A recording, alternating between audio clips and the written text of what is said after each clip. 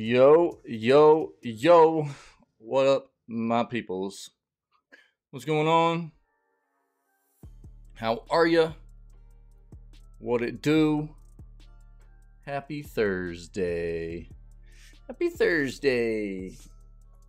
Yo, yo, yo. You shake weight jam.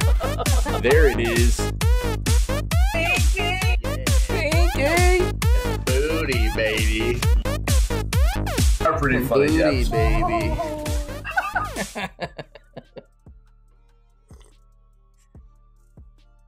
What up, Ferret? What's going on, brother? How you doing, man? I saw you were already in there messing around with the new commands, dude. What's up, Doc? What's going on? I know it took me long enough to get them done. It's been crazy busy for me here lately, though. Yeah, I know, right? Yeah. There it is, dude. As requested. Perfect, right? That was a really good recommendation there, dude. People will be like, why those? Until they watch it and they'll be like, oh yeah. No, that was a really good recommendation, dude. Yeah, for sure. Yo, did you see the new overlay on the I don't know if that'll be like end game or anything, but at least it's something. Did you see the little banner at the bottom of the montage video? Did you see it? It's at least something. I don't know. Yeah, at least it's something. It's I thought about having something that was like scrolling, or either scrolling like right to left or from up to down, but it just wasn't working with how much stuff is going on in those videos all the time. It felt like something that was static that never changed actually worked a little bit more. What I might do is incorporate something on the sides of it that maybe just have a little bit of something flashy to catch people's attention, to get their attention to go down and read that or something. But for now, it's something, dude. It works for now to kind of let people know that those are just kind of clips and highlights they're watching until I get back from whatever I'm doing. So, I don't know. I'll get some feedback from you guys on, what you think about that. But, I don't know. Keep it simple, I guess. We'll try to keep playing with it a little bit as we move forward, but it's better than nothing, dude. It was there needed to be something in there. Got that done. Got a bunch of new stuff put on the YouTube over the past week and a half that we had done, dude. So there's some new stuff on the YouTube as well, which is good. So I don't know, man. Good stuff. It was a busy day. It was a busy day yesterday. But good to be back, man. Good to be back. Ready to do some video gaming news for today, November 30th. Dude, December is almost here. Holy crap. This year has flown by, man. It's insane. So we've got the news for today, and then another day of Baldur's Gate 3 with Pinky. Well, I don't know if we're going to be able to play Baldur's Gate 3 tomorrow. Pinky was saying he's quite possibly gonna be a me too, bro. I don't have a lot left, but I've got a little bit I need to finish up. So that was one of the things I wanted to try to get done yesterday, and that was like one of the only things on my list that I didn't get taken care of. I got a lot of other things done. I got the last of my Christmas cards kind of filled out, sending out Christmas cards to family and stuff like that. Got that done. So I did get some Christmas stuff worked on, but I didn't get the final presents purchased and stuff. So I need to get that completed pretty quick. But yeah, we'll see about Baldur's Gate 3 tomorrow. Pinky was saying he might not be available, so it's okay. If not, like I said, we've got backup games. We're still playing Alan Wake 2. We still need to finish up Fallout New Vegas. So we've got the backup games available, okay? And we'll figure that out. But on that note, let's go ahead and do what we do, baby. Let's jump in here and I heard that game's dying, bro. Heard that game's dying. I'm just kidding, brother. Let me see. I forgot to do this. 1 second. Oh, that was wrong. There we go. I really hope it doesn't die. That would totally suck for all the fans of that game, the people that play that game, you know. That would be bad. No.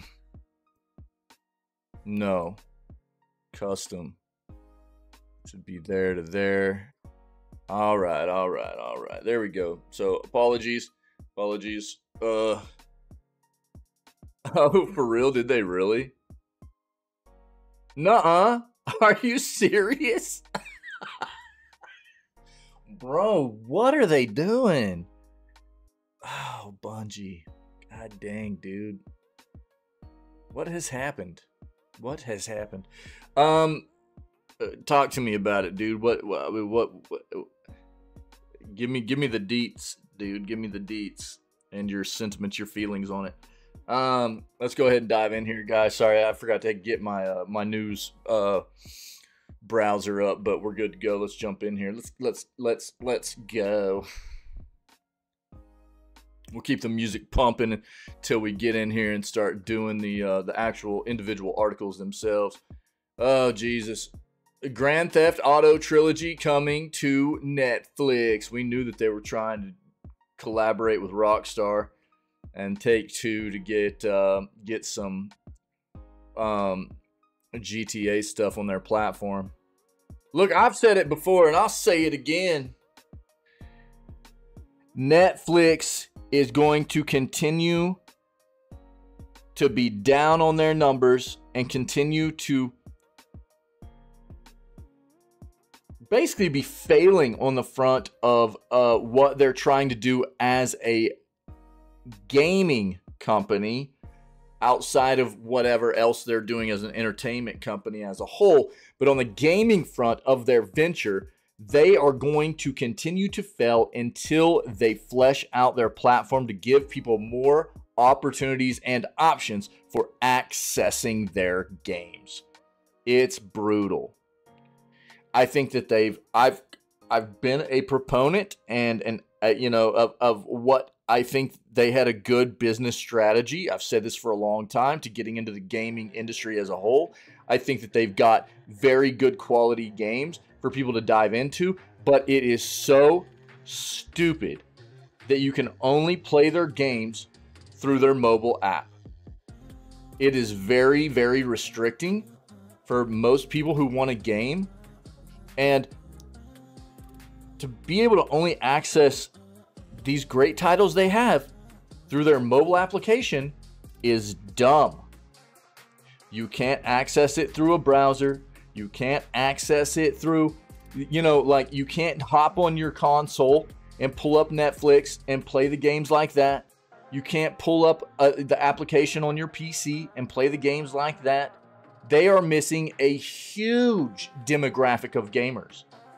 And it's stupid. They should have had that fleshed out a long time ago. Yo, thanks, dude. Yeah, it's kind of starting to feel like that, isn't it? What you said up there above, thinking someone's gone nuts or maybe greedy at the management level. Man, that'd be a weird thing for the industry to be dealing with, wouldn't it? Bunch of greedy ass business people that might have, you know, ingrained themselves at the top of a once solid and respectable gaming developer and have started potentially ruining it.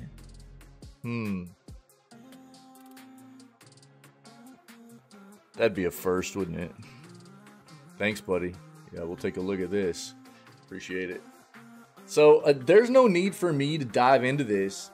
Netflix is going to get GTA stuff. We kind of knew that they were trying to get that done anyways. Dude, the constraints of the mobile only access part of what they're doing to people that potentially want to game on their platform sucks. And they're killing themselves with it. I've talked about it before. I've got articles on YouTube about that I've cut out of our news segments and stuff and put on there. It's terrible, man. They've got to figure it out.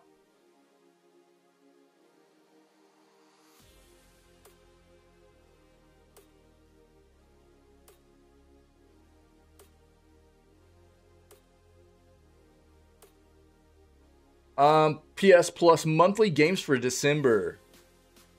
Lego 2K Drive Power Wash Simulator. We'll see what else. Sable. Ooh, Sable's going to be on there. Nice, dude. Good play. PlayStation Plus has been brutal. Brutal over the past few months. They need some good content to be added to that platform. Their subscriber base, I cannot imagine, has got to be very happy right now.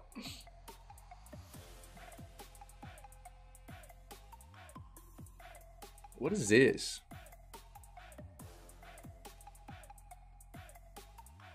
Oh, is this Sea of Stars? Yeah. Yeah, there's a lot of cassette beasts. Yeah, this is just an article talking about like the modern take on retro styled RPGs and how popular it is. It's very popular. Dude, whether you want to talk about like Octopath, you know what I mean? Octopath Traveler or Sea of Stars, or something like Cassette Beast. I mean, the list goes on and on and on and on and on. Sea of Stars, dude, is supposed to be an absolute banger, dude.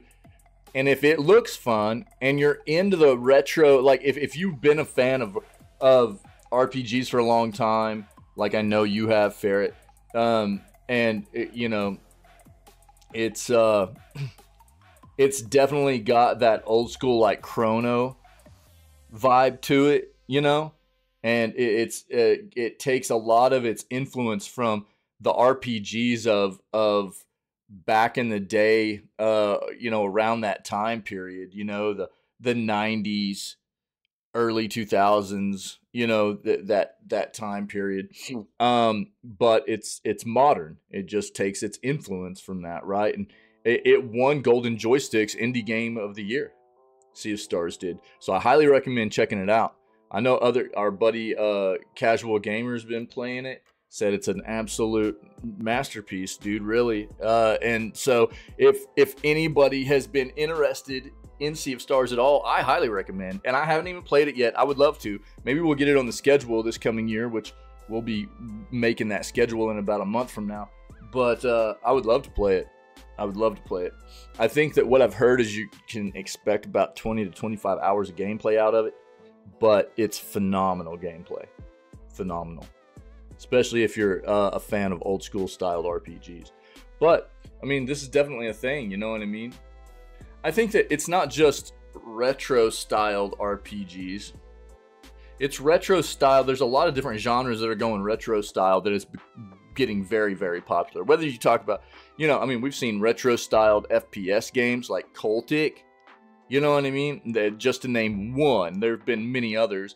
Retro styled Metroidvanias, you know, that have been very, very good. There are a lot of them, man. RFL. Oh yeah. I've got that on my wish list. And thanks, buddy. The retro styled. I think that the keyword is styled, right? The games that are done very well still incorporate modern mechanics. You know, it's not that they don't utilize some of the old school mechanics too, but it's definitely they're modernized games. They look quite often very old school, or they take influence from the old style, you know, but they definitely are a modernized version of those games. And the ones that people gravitate towards are the ones that have taken that mix and done it very well, right? So there's not really a whole lot of need, I don't think, to dive into this article as a whole. If anybody wants to read it, I'll link it for you. It's probably a great article to read, but I think that we all kind of know a lot of those games, and just kind of summarizing it right there is appropriate enough.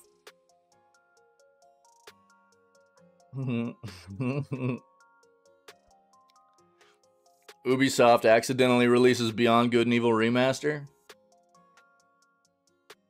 I mean, when does Ubisoft just quit having accidents or errors, you know, or whatever they want to refer to all this crap as, you know what I mean? Like, it's like every single, it's Ubi just constantly having accidents. Like, they need to be wearing diapers, dude. You know, flipping. They've just gotten to a point where they're just crapping all over themselves all the time, dude. They need to be wearing some flipping dev diapers, you know, make the cleanup a little bit easier. It's flipping ridiculous. The last one we saw was their accidental, you know, error of the ads being incorporated during loading screens of Assassin's Creed Odyssey. I've got a news an article from our news segment on YouTube. I just published it last night, man. You know, it's Ubi just nonstop, man. So Ubisoft accidentally releases Beyond Good and Evil Remaster. Remembers it doesn't do that sort of thing. Attempts to scrub all traces from the internet, then gives up and announces it anyways.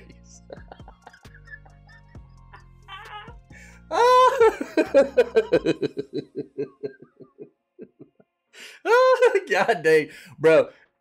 You know, no wonder this company is just living, dying year on end. You know, it's like, for a giant, massive dev and publisher, bro, they are just a hot mess of chaos, dude. It's just so stupid. It's so stupid. Yeah. Oh, yeah. Good call, dude. Yeah, thanks for posting that. And funny enough, dude, you caught that before our bot even caught that in the Discord. But yeah, AC Syndicate, free until December 6th. Thanks. Appreciate that, Ferret. That's you guys can find links to that actually in our Discord channel in the Gamers, or the Discord server, the Gamers Deal channel. We have that's our channel where I'll post deals that I find on good hardware, software, stuff like that, as well as we have a bot that always posts free software finds, and you know, anybody else that in the community that has their eyes open for that kind of stuff will always post stuff in there as well. And thanks, Ferret. I appreciate it, buddy. So if you're looking for links to that, then you can go grab it in our Discord channel. Yeah. All right, dude. Whatever. Netflix. I've talked enough about why you guys need to how you need to up your game. Bruh. No, it's not. I don't believe it. Exclusive! Skull and Bones release date is February of 2024. I don't believe it. Anybody that's actually putting any kind of stock or belief into the fact this game is going to release on time ever, whenever Ubi gives a date to anybody, you're out of your mind for believing it. You're the gullible of gullibles, dude. For believing that. If it does finally release, cool. But you shouldn't be believing it on a game that's been delayed close to 10 times now. Come on, man. We talked about this. ByteDance slashing a bunch of jobs. What we need to know is how many they're waiting. It basically had told all their devs, like, you've got until December 1st to continue working on any kind of games, and then we're shutting a bunch of stuff down. Yeah. So we're probably tomorrow going to be finding out exactly. Sorry. Oh God. How many jobs are going to be lost for ByteDance? So we'll keep our eyes and ears peeled for any kind of news on that front. We talked about it 2 days ago before we took our normal day off yesterday. We had already seen the news that this was coming down the pipeline. You can see this was 2 days ago right here.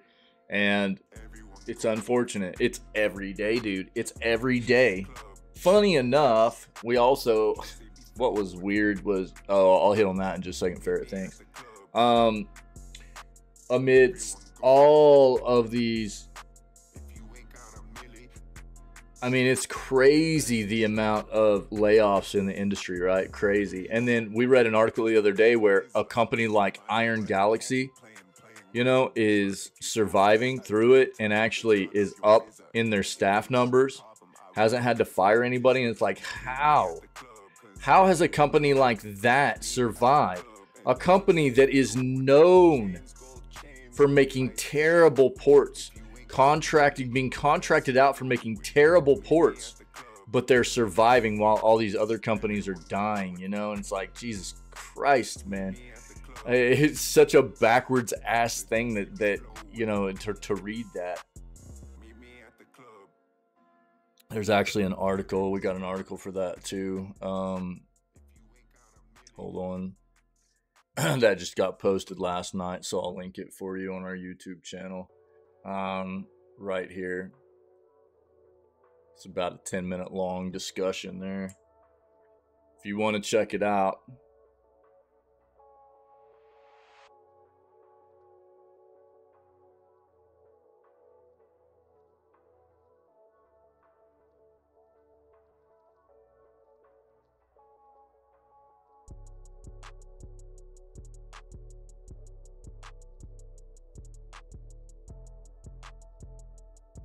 Best Cyber Monday gaming deals for 2023. They're still live today. That was a day ago, but we'll take a look and see.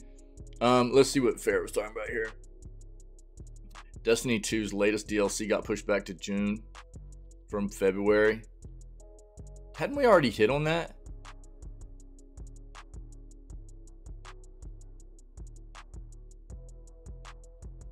Thought we had already hit on that. Yeah, that was part of the. Yeah, that was part of the big news that came about with all of the Bungie firings and stuff like that. I'm pretty sure that we touched on with all the layoffs from Bungie and everything. It was one of the topics that was kind of big right around that time too. That was like, not only are there all these firings, but they've delayed the DLC. It was speculation. It didn't seem like speculation whenever I read it previously.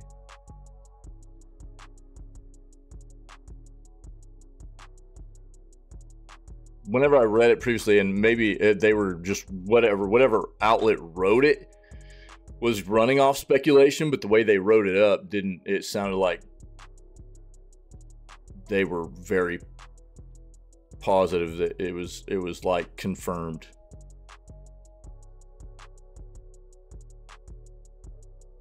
Huh. Is that unless I'm misremembering, is that the first delay? Or was it originally, wait.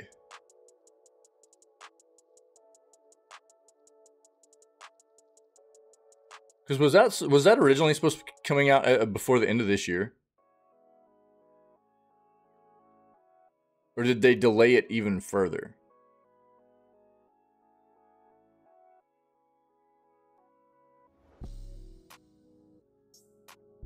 Oh, yeah, okay. So that's probably why.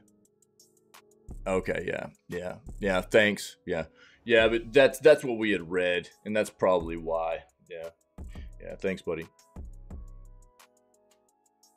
It was along with the fact that Marathon, their other extraction shooter game, had also been pushed back because that was supposed to be releasing next year, and now that's been pushed back to 2025.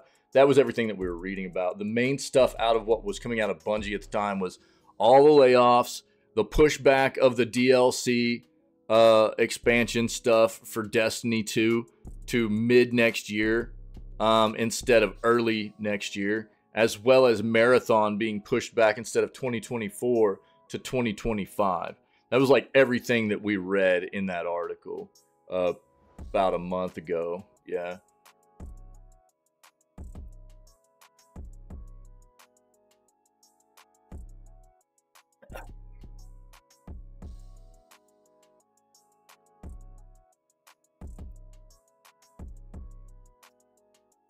Yeah. Like every other flipping developer, right?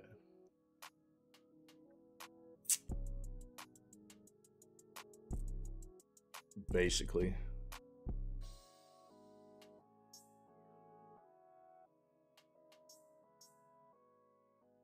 Well, it was so nice to read that flipping that like satire parody article where Mike Drucker wrote an article in the Gamer that we read about 3 or 4 months ago during our news segment that was just a big satire parody article, basically throwing shade on all these companies for the way they don't take care of their employees and the way that they address their layoffs and the way that they try to act like they care and stuff. You know, it was a great flipping article, dude. I loved it. If you can't tell, it left a lasting impression on myself. 1 second.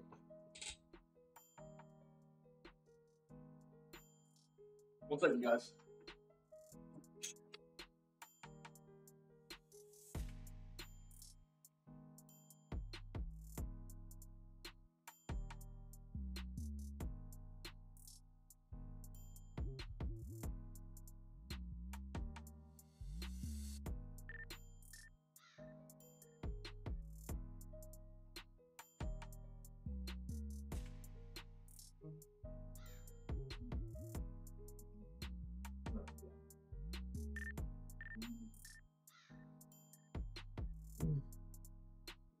Apologies. So yeah, that obviously that article we read from Mike Drucker, like I remember author's name, like I made an entire video about it for the YouTube channel and stuff. It was so good to read, and it was so well written, and to just have somebody call out these companies for the way that they really don't care. And it's so quite obvious that most of them don't care. And they all just push out the same stupid default response or default statement about, we love our company and we love our employees. But the first thing they always do is just fire people, you know? And it's like, it's so gross. It was such a great article, man. It really was. It's on the YouTube channel if people want to go find it.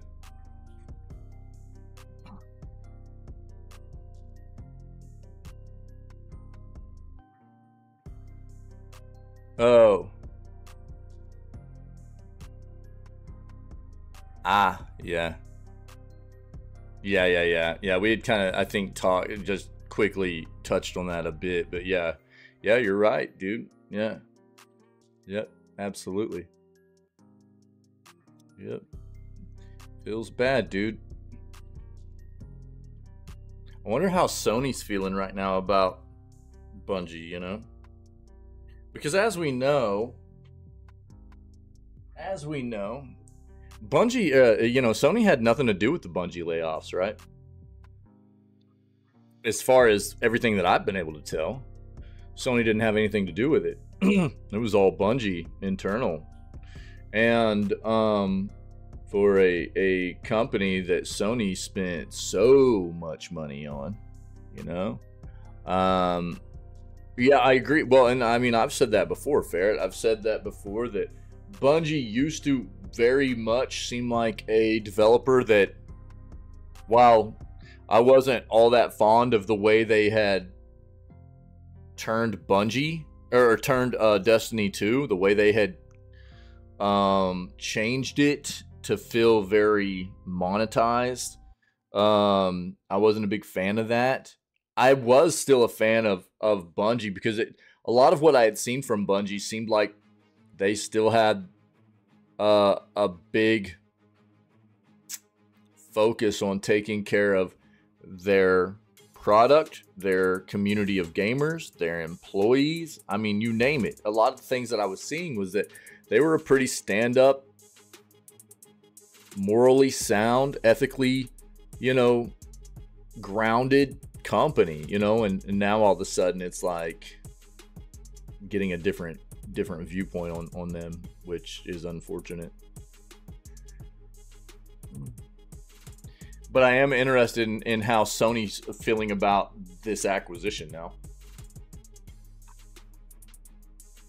There's a lot of money to spend on a company that looks like they're suffering greatly.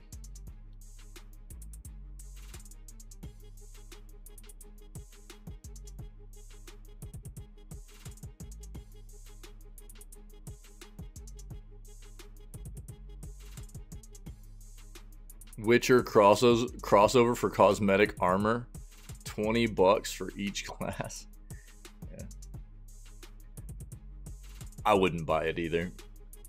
Yeah, that's not, you know, I'm not one of those gamers. I'm like, just for something that changes the way you look, that's not something that entices me, you know. And I'm not a fan of pay to win either. So even if it had some kind of bonus to it or whatever, I wouldn't buy it either, because I don't agree with pay to win stuff, you know. So I'm just it's never one of those things. I'm all about the you know, I'm all about the grind. I'm all about the grind for the in-game pieces that actually give you the lipstick that you want, give you the stat bonuses you want, you know. That's what I'm about, you know. I agree, man. I agree. Hey, look, man, I posted something last night too. Oh yeah, I know it's not pay to win. I know you're. I'm just talking in generalities. You know what I mean? I wasn't speaking specifically about Destiny 2 right there. I was just speaking all the way around. Here's I gripe about this all the time in the industry, and here's another thing that I posted last night on the YouTube page. You know, I've been pretty outspoken about how I'm not a fan of a lot of what I've seen coming out of Kill the Justice League, Suicide Squad, Kill the Justice League by Rocksteady, and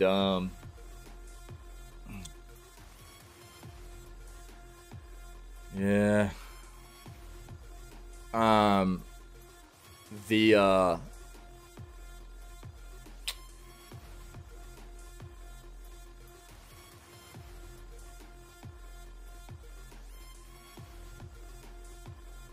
that game, the most recent thing we read was that, like, for a game that is being touted as a game as a service and is already, we know, going to be heavily polluted with monetization schemes within, for battle passes, cosmetics, you name it, dude. There's going to be all kinds of DLC crap.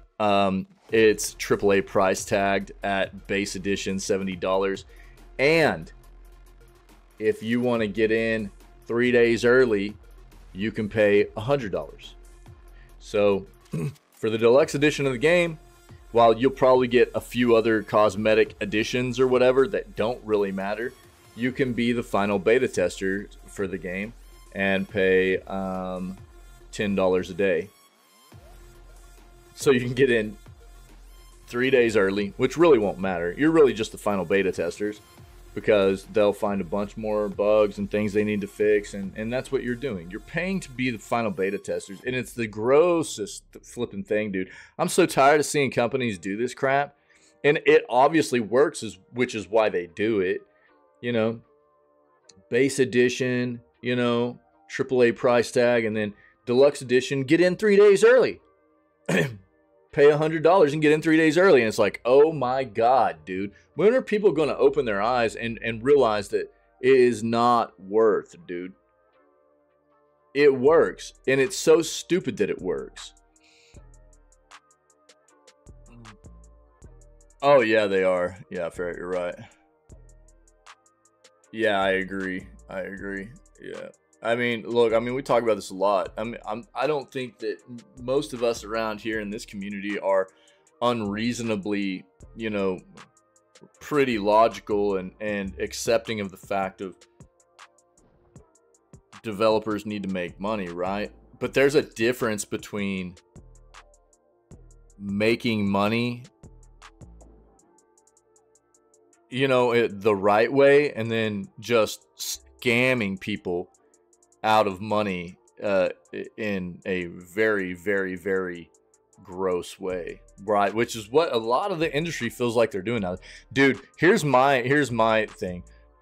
Get ready for GTA 6. I think it's going to be gross, dude.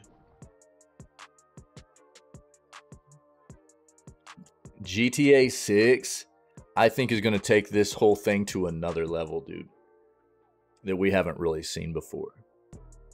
And it'll probably work, unfortunately, because there are going to be so many people that want to play that game.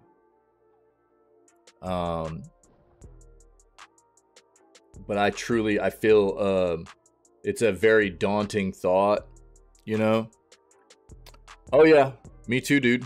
Yeah, I'll just be watching the gaming world burn, dude. You know what I mean? I don't care. I used to play the GTA games a lot back in the day, but GTA 5 I didn't really care about. GTA 6, dude, I could give a crap less because I'm done with Rockstar. Yeah, exactly, Ferret. Yeah. Dude, I'm just gonna watch it burn, dude. I really everything that I'm seeing and hearing is like, man, I think they're really gonna ring anybody that's willing to or wanting to jump into that game. They're gonna ring them for everything they're worth, dude. Anything they can, you know. It's gonna be pretty bad. I'm thinking. I don't have facts or anything official on that front. It's just things that I've been hearing and seeing that I think from a lot of the bad stuff that we talk about all the time. I think this is going to take it to a whole new level, dude, if I'm right. And it's going to be wild to watch it. Just super crazy. But here's one of the things I've been thinking about. Dude, I have RDR2, which I haven't played yet. I think we're going to try to get that into the schedule this coming year. Not online or anything, just the campaign. But I won't be buying anything Rockstar moving forward. Bro, we just talked about this the other day. You probably need to go back and look at. You might have missed that news segment. Did you miss the news segment where we were talking about? We touched on an article where they were actually addressing Valve not making games anymore. Really? Did you see that? Were you there for that news segment? You might have been gone. Best Buy's 12 Deals of Gaming. Let's see what this is. Missed that? Yeah. So it's funny you bring that up. It was just the other day. We touched on an article talking about how Gabe Newell's just not interested really in making games anymore, even though Steam used to just be pushing out bangers all the time and stuff. And, you know, I can see two sides of it. I think, you know, obviously they're more interested and focused on making hardware right now, and I'm not upset about that. I think that what they do with their hardware is great. I think it's an easier segue for people to get into PC gaming. I think that's fantastic. They make great hardware. They've always made great hardware and great software. But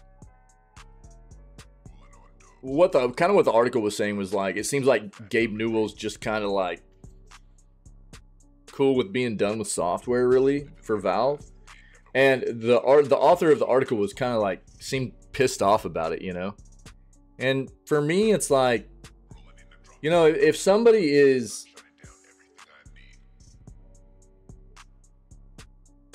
feeling fulfilled and accomplished and, you know, not wanting to continue some sort of endeavor like that, I kind of attributed it to like some sports players that age, and you would rather see them go out on top of their game rather than continue to try to play through their aging process and decline severely and watch them struggle.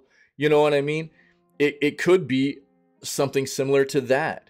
I would much rather see, you know, some of my sports idols go out on top rather than just struggle through the last 3 to 5 years of their you know, their career.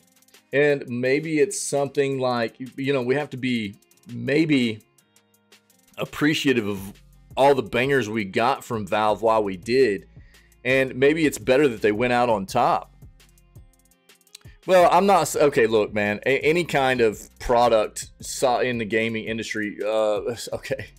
So I'm not saying that every single thing they ever made was an absolute banger, but most of the stuff they made was very good. Okay, there's bound to be some things that maybe didn't live up to expectations, but that's part of the process of figuring things out for a developer, right? So but I will say that I do truly think that Valve as a whole has consistently been a very good software and hardware developer. Yeah. There's bound to be some miscues here and there, probably, with any company, right? But I think that maybe the way they're right, and if I was going to buy a VR setup, that's probably the one I would buy, actually, for multiple reasons. One of which most people know, I won't support Facebook, Meta, Rainbow, Fart Company, whatever you want to call them. I don't give a crap. I won't support them. But and I do like Valve. I think that one of the things, while I know it's a tough thing for people to take to heart, in like considering the fact that they may never get more Half-Life stuff from Valve. We could, but we might not also. And I think that the main thing you have to do is just try to be appreciative of, like, glass is half full, right? Like, be appreciative of all the great stuff we did get from them while we got it. And instead of focusing on the negative side of it, right? You know, we gotta do, I mean, Team Fortress and Portal and Left 4 Dead and the Half-Life stuff, the Counter-Strike, you know, like the CSGO stuff. They did a ton of good stuff, you know, just software-wise. It's not even talking about the hardware stuff. I mean, they've done great stuff for us hardware-wise too, you know, with Steam Link, and there's, you know, the Steam Deck. You know, they've done stuff for years and years and years. And while they're more focused on hardware now than software, it's not like they've totally quit doing software. You know, they just did CS2, which hasn't gone over very well. But I think it might be one of those things too, where they're like, you know, the software industry's a pretty volatile place. They might not want to have a whole lot to do with it anymore. And Gabe Newell might just be done with software too. But I think we have to just be thankful for all the great things we got for so long from Valve. You know, glass is half full, man. You know, they did a lot of great stuff for a long time. And I know a lot of people look at it as, why'd they just quit? Why aren't they doing more stuff? And da-da-da. But I don't know. I think maybe just trying to be appreciative of what we got is the way to address it, maybe.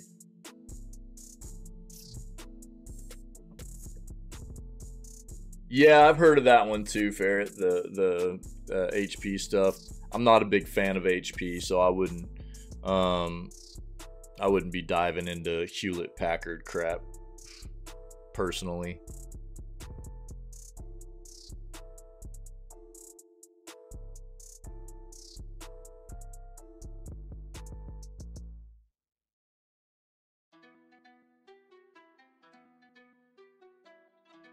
But what's their experience been with it?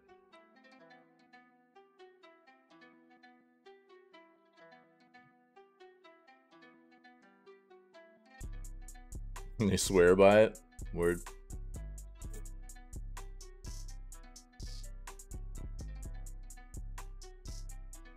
Man, Gaming Bible's a bunch of clickbait crap, dude. Not doing it.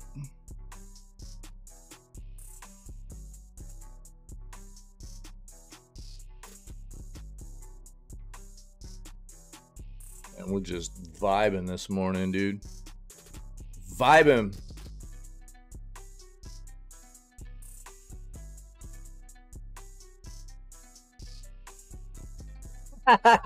Yo, consider me not surprised, okay? Over 75% of Web3 games failed in the last 5 years. But I've been telling everybody just to stay away from that crap. They're disappearing ink.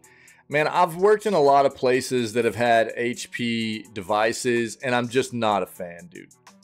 I'm really just not a fan.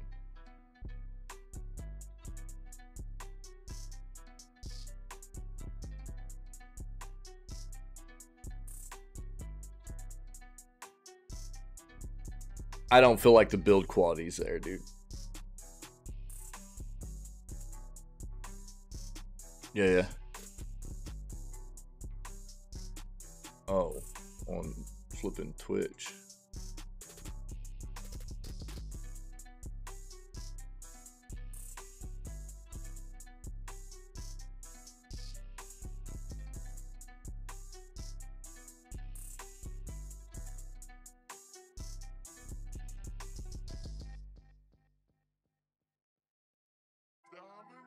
It usually is, isn't it?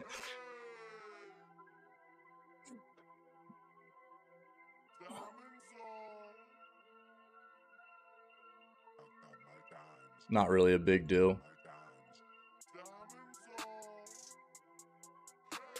Yeah.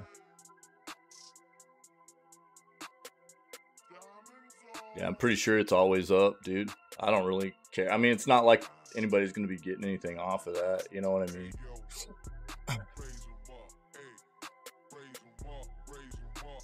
I appreciate it. But I don't normally have it hidden or anything.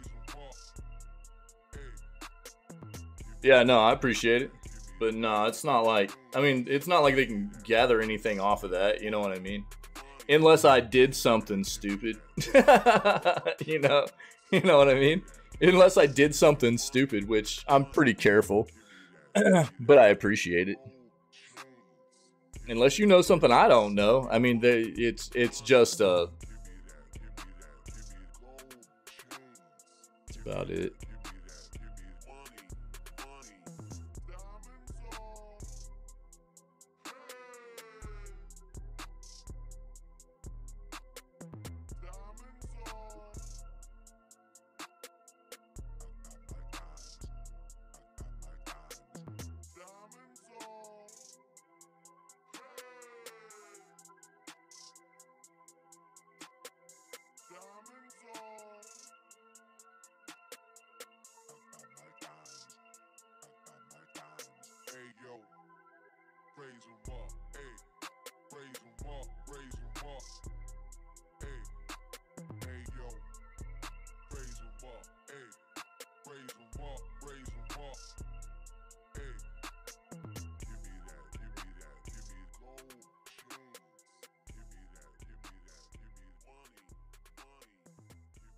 Yeah.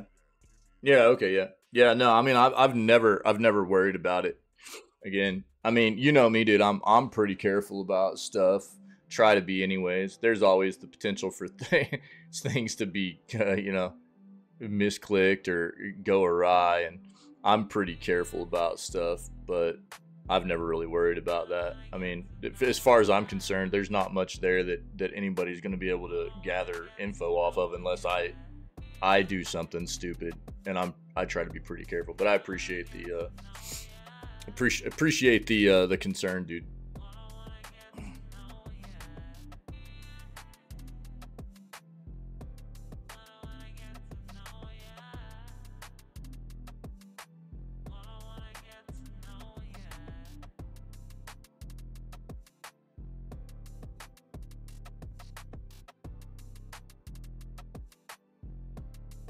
How to build a sweet 1080p gaming rig for $600. All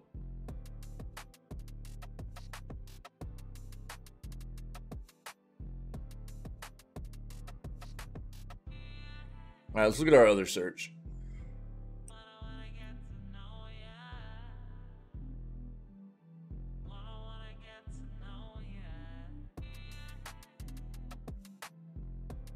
Laying off hundreds.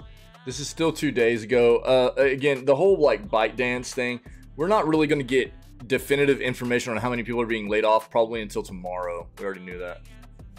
Yeah, I know, dude. Yeah. Yeah. At the end of the last search, beginning of the next search, right? Yeah. Yeah. They want us to click on that. We talked about this whole TikTok ByteDance layoff thing on Tuesday. But I'll jump into it tomorrow. They're going to give us more definitive, because you can see these are like 2 days ago, 1 day ago. We're going to get more info, definitive information about exactly how many people are being laid off, that kind of stuff. Come tomorrow.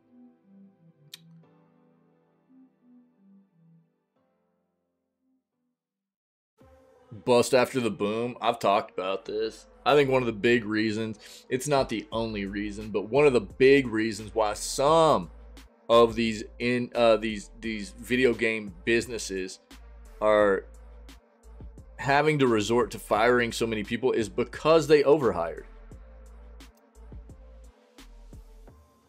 I'm not a TikTok fan either. I think TikTok's a pretty gross company, actually. If you look into TikTok, I mean, TikTok is going to be something along the lines of like Facebook, dude, but it's Chinese, you know? So, you know me, dude, I hate Facebook, and I'm not a fan of TikTok either, because in my opinion, they're something very, very closely aligned with something similar to what Facebook is, except for the fact they're a Chinese-based company. And so, I'm not a fan. I haven't ever had an account on there. I think that a lot of the crap that you see on TikTok is ridiculously stupid. Yeah. I love X. Good old Musty, dude. Yeah. I mean, the only reason I even have a Twitter account, or even ever had a Twitter account, was just to push out, like, mainly updates for the channel, you know? Emotional damage. yeah, dude. I think the social media is such a weird thing. It's this weird phenomena of like people trying to convince other people of somebody who they really aren't most of the time. You know what I mean? Sometimes you get some wholesome stuff on there, and that's cool. But for the most part, social media has been a big farce, in my opinion.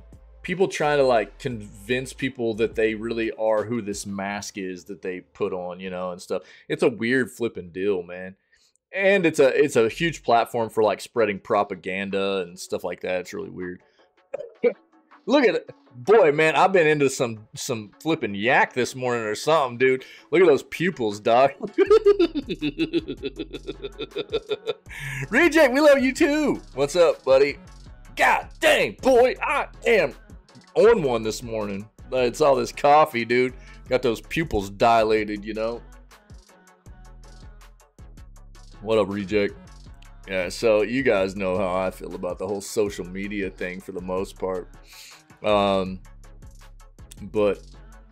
TikTok, yeah, it's just another one of those.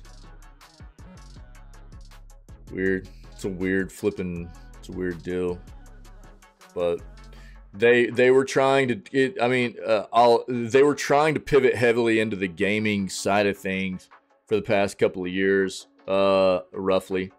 Just the same way we've seen kind of like Netflix do. Even though Netflix isn't like a social media thing, they're more of an entertainment-based company, you know, and I guess TikTok also kind of is. They're entertainment, but also social media. They're like a mix, you know. Kind of. It's weird. But TikTok apparently is just pulling out for the most part, man. How you doing, Reject? What's up, buddy? Happy Thursday, friendo. So, that's basically what this comes down to, is like they're backing out of this whole gaming venture, you know. Yeah.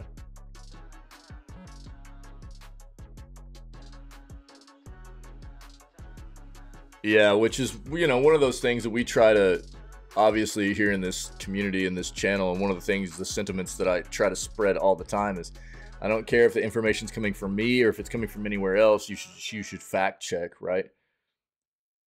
Because I try my best to not to spread misinformation, you know. I hate misinformation, you know. Living the dream, that's what I'm talking about, broski. Me too. Me too, buddy. You know, misinformation's a terrible thing nowadays, and it's easy for misinformation to spread because of how, you know, social media and quote unquote news outlets that don't really report on the news, they report on misinformation, really, and stuff like that. That's why, you know, I try to prompt people all the time to use actual news outlets like Reuters and stuff instead of places like Fox, or, you know, that are constantly, you know, taking and reporting on things that aren't true. You know, you always fact check your stuff before you spew it out as factual information to other people, because that's how misinformation spreads. And you know, I try to prompt people to do that all the time. I don't care where you get your information from. Doesn't matter where. If you hear it from somewhere, before you spew it out and spread it, fact check it. Make sure that what you're going to tell somebody else is in fact the real deal. You know what I mean? I mean, do your best. It's not always easy, but do your best, you know. But this whole thing is, you know, I've talked about this before, and I think a big part of this can be attributed to the pandemic. Pandemic hit. It was terrible for hardware, but it was great for software. The gaming industry just blew up software-wise, and they overhired. And I think we're seeing a lot of that side of the industry get back to reality, you know, kind of coming back down to norms. And therefore, some of these companies have just gotten into some bad business ventures, and unfortunately, the first people to get hit with the repercussions of that are their employees, because these companies don't give a crap. But the other side of it, I do think, is just the industry coming back down to norms. Yeah, right. Yeah, no, yeah. That's also correct, Reject. Yeah, I think I suffer from that sometimes too. Yeah. What? Yeah.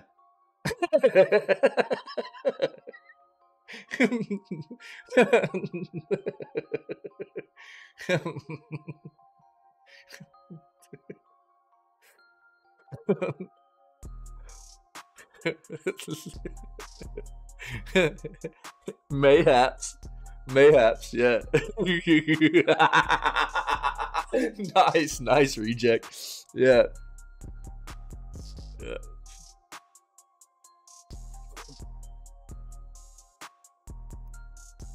Oh, yo, I wanted to talk about this today, and actually, shout out to our buddy Tinwin.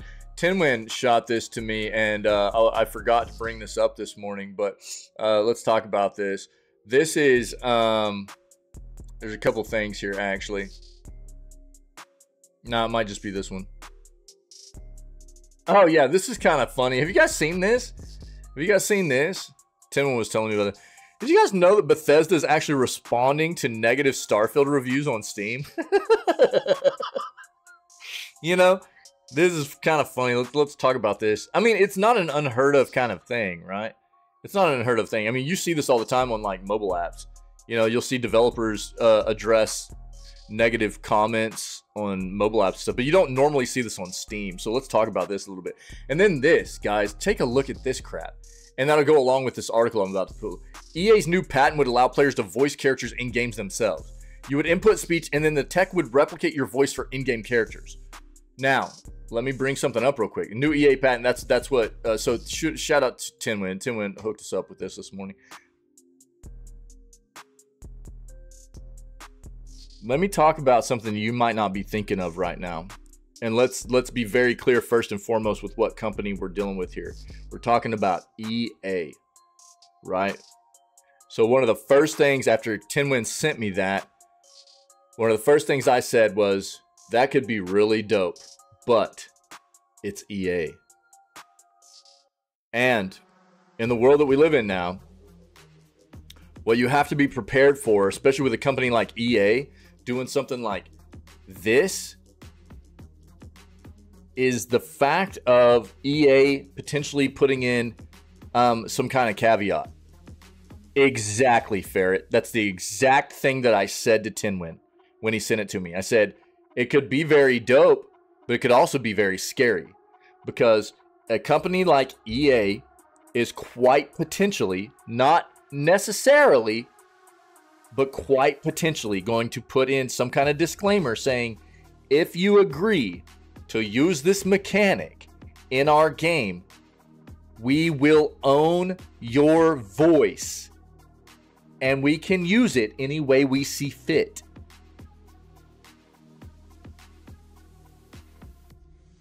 Right?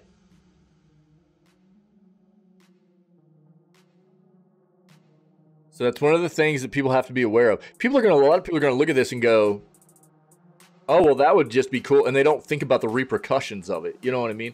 The downside to it. You've got to understand the company you're dealing with here, man. Exactly, Ferret. That was my first notion after hearing this, was this is a way for them to use all kinds of different voices and never have to use a voice actor again. That is an EA play, man. That's exactly my first thought as well. So we'll talk about this. This is actually probably going to be really, really gross.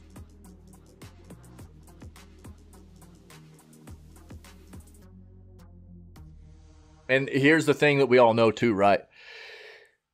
There's going to be so many gamers that go, "Oh, that sounds dope." And then they play the game. It comes up with this big, long, flipping readme and agreement. And people don't want to read it. So they're just going to go, "Yeah, I agree. Yeah, I agree. Yeah, I agree. Yeah, I agree. Yeah, I agree."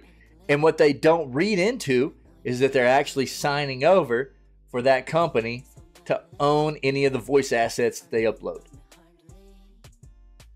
Because people do it all the time. They don't read those informational packets. They just go, "I agree, I agree, I agree, I agree," right? EA's betting on that, dude, and I'm willing to bet that's what's going to happen here. Ooh.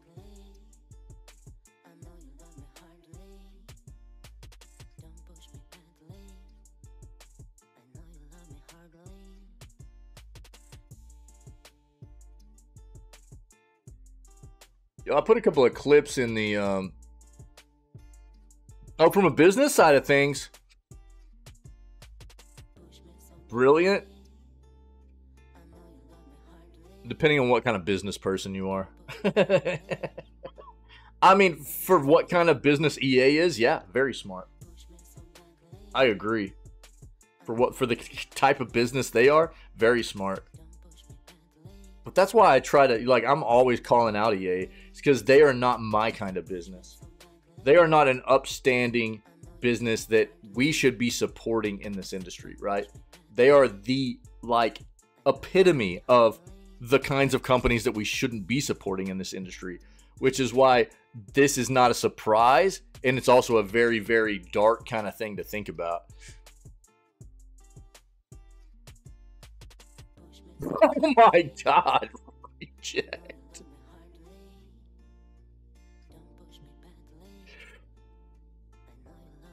He's trying to point at you afterwards. That was a terrible book.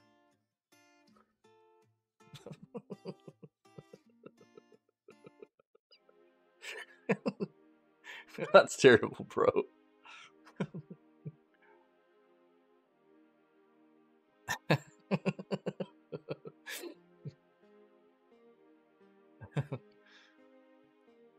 Yeah, so if anybody wants to, I put about 4 clips into the clips channel of the Discord yesterday. If anybody wants to go check them out, 3 of them are from Baldur's Gate. Another one's from a news segment. If you guys want to check it out.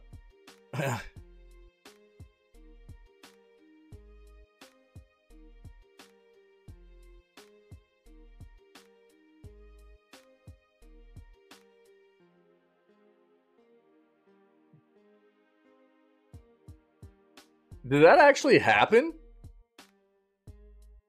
I don't recall that, dude.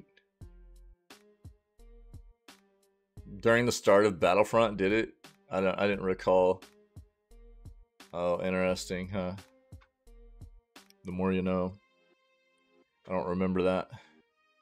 I remember like the whole like loot box debacle thing, but I didn't remember the whole like Disney CEO calling EA CEO. They're gonna be the same company before long anyways, so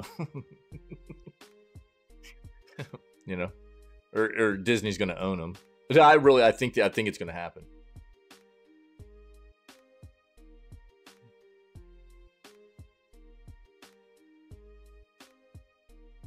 Is the Fallout TV show canon? No, I don't think so. I don't think it plays off of any of the let's read this real quick. I don't think this plays off of any of the games or anything.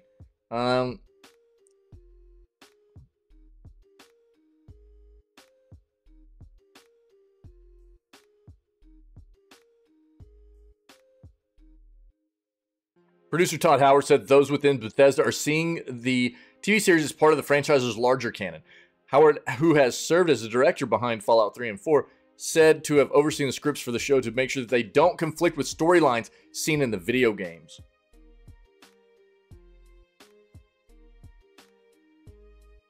We view what's happening in the show as canon. Okay.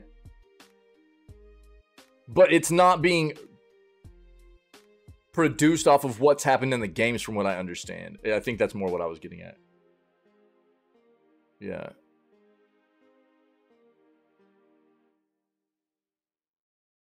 He said he's been very cautious of how any movie or TV show based on Fallout would impact the franchise overall. Yeah, been pleased to see a team come in and look to tell their own unique story set within the Fallout universe rather than simply try to adapt a story seen in one of the games. Yeah. So it is supposed to be canon, but it's not being something taken out of anything that we've seen already in the games or anything like that. It's a whole new story. Yeah. Which I think, dude, we're gonna start trying to do some watch parties at the whenever this releases and watch this together. Oh, really? Nice, dude. Yeah. Interesting. Thanks, buddy. I'm not gonna pull it up and read it right now because it's not like current news. It's like old school stuff, but I appreciate it. Yeah, thank you.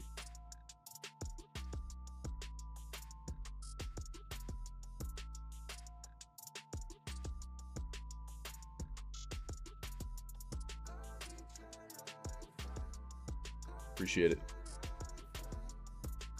Wait, there's no busters in there with that, dude?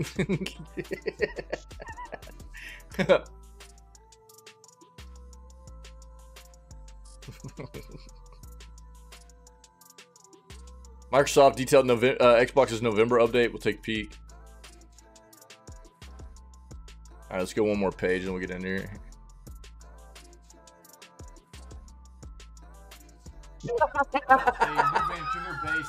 Yeah, bro. We all need a soul cleanse. I feel dirty, that's for sure. EA. Sorry, guys. It's so hard to say that without wanting to throw up. That's right.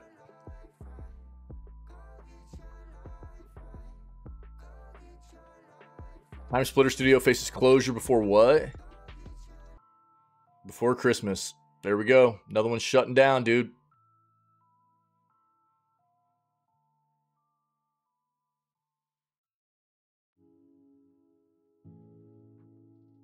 There's something about this face that just weirds me out hardcore, dude.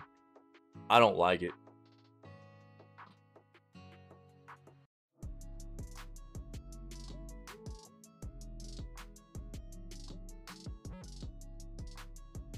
We've got this up this morning. Okay, let's dive into these. All right, I'll kill the music. Kill the music.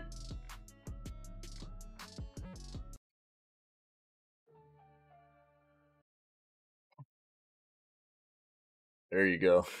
There you go. Bro, the busters with the flippin' flossom with the candy cane is so good. I love that, dude. That's so nice. All right, here we go. These will be our articles for the day. Let's dive in here and take a look at what we got.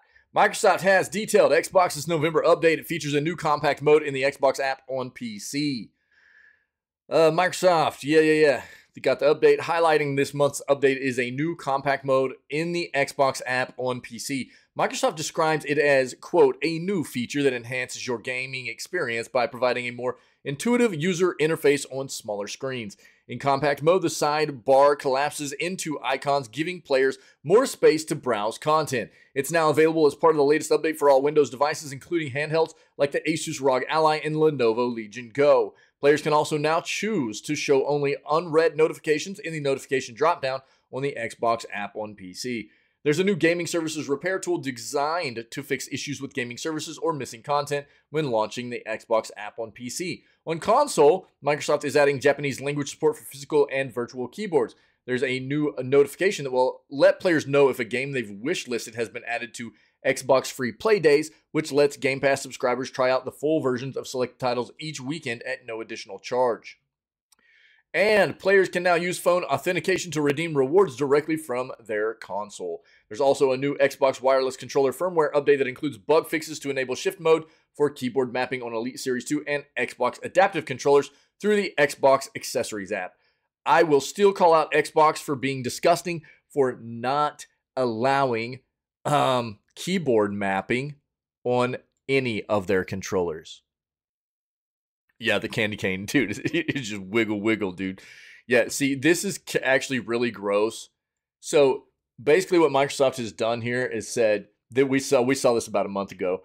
Microsoft has gone, yo, we're giving everybody keyboard mapping for controllers if you buy one of our expensive controllers. If you buy an Elite Series 2 or an Xbox adaptive controller, we'll let you map keyboard keys to your controller. When honestly, this should just be a quality of life feature for anybody using a Microsoft device. It's terribly gross. I agree, Ferret. Microsoft is a company that is heavily ingrained in both the PC gaming world as well as the console gaming world, and they are doing this as a play to try and make people spend more money on more expensive peripherals that they develop, and it is super gross.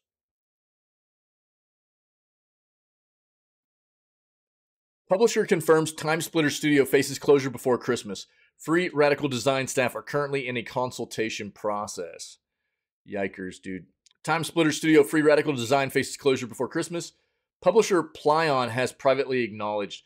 VGC reported earlier this month that Free Radical was at threat of being closed just 2 years after it was established as part of huge company-wide cuts at Embracer and its own publishers.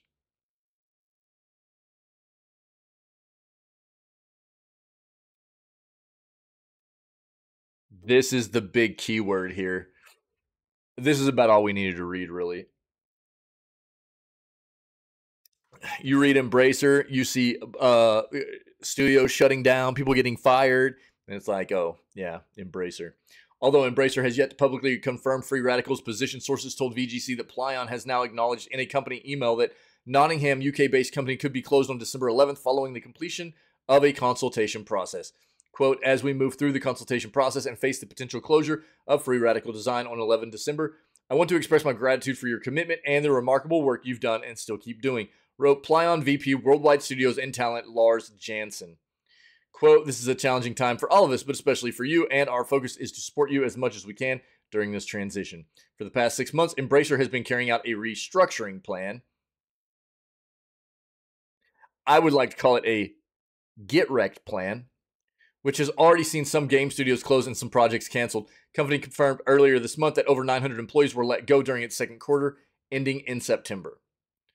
The big notable studio that they shut down already was Volition, previously called Parallax. This was a 30-year-old development company that started off with games like Descent and Red Faction. Most recently, they had done things like Saints Row. And they are completely obliterated, gone, dissolved. In case of Free Radical, Plyon, the Embracer division, and let me be very clear here. Embracer put most of their eggs into a $2 billion deal basket with the Saudi Arabian regime, aka the Savvy Games Group, which fell through. And when it fell through, Embracer found themselves in a dire position, and what they started doing was just closing up shops and firing people. In case of Free Radical, Plyon, the Embracer division which runs the studio, is required by UK employment law to consult employees for a minimum of 30 days before making any redundancies, including exploring ways of avoiding them. Bro, this is a sick picture. Check this noise out. They're all wearing flipping time splitter ugly Christmas sweaters, dude. That is dope, man. I love it. There remains a possibility the studio could remain open should Embracer receive interest from third parties interested in acquiring it. However, since VGC's initial report this month, a large number of Free Radical employees have indicated they're looking for work. At the time of publishing, over 55 of the studio's 100 staff members listed on LinkedIn have changed their profiles to indicate they're seeking new employment. Since VGC's original report, some UK studios, such as Nearby Splash Damage, have offered guaranteed interviews for any Free Radical Design employee. Not yet clear what the closure would mean for the future of Time Splitters, the classic first-person shooter series the new Free Radical was reestablished to revive. First iteration of Free Radical Design was formed in '99, developed the Time Splitter series at Second Sight. Following the disappointing reception of Haze and a canceled Star Wars Battlefront project, the studio went bankrupt in 2008. Plyon and its parent company Embracer announced in May of 2021 that a new Free Radical Design had been established by original founders Steve Ellis and David Doak to bring the Time Splitters IP, quote, back to life. Yeah, looks like that's probably done. Also of note, if you didn't know, Embracer is also shopping around Gearbox. If you don't know who Gearbox is, that is the developer behind all the Borderlands games. So they are currently feeling out potential buyers for Gearbox to see what they can get out of that. So I don't know. We'll see what comes of all this, but another studio shutting down under Embracer, man. Basically, yeah, fair, yeah. Exclusive Skull and Bones release date is February of 2024. Yo, haven't we heard this before? About 10 times now. Come on, man. Does anybody really believe this?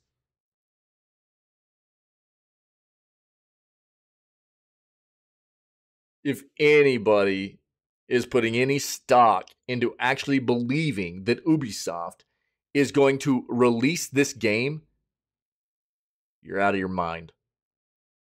If they do, cool. But you shouldn't be believing it. This game's been delayed so many flipping times. It's become a myth. I'm telling you. They had an 1.5-hour long showcase specifically for this game last October. Not last October before last, where it was supposed to be releasing. October of 2022, they had a showcase, 1.5-hour long showcase. The game was supposed to be releasing shortly after, and it's still been delayed like 4 times after that.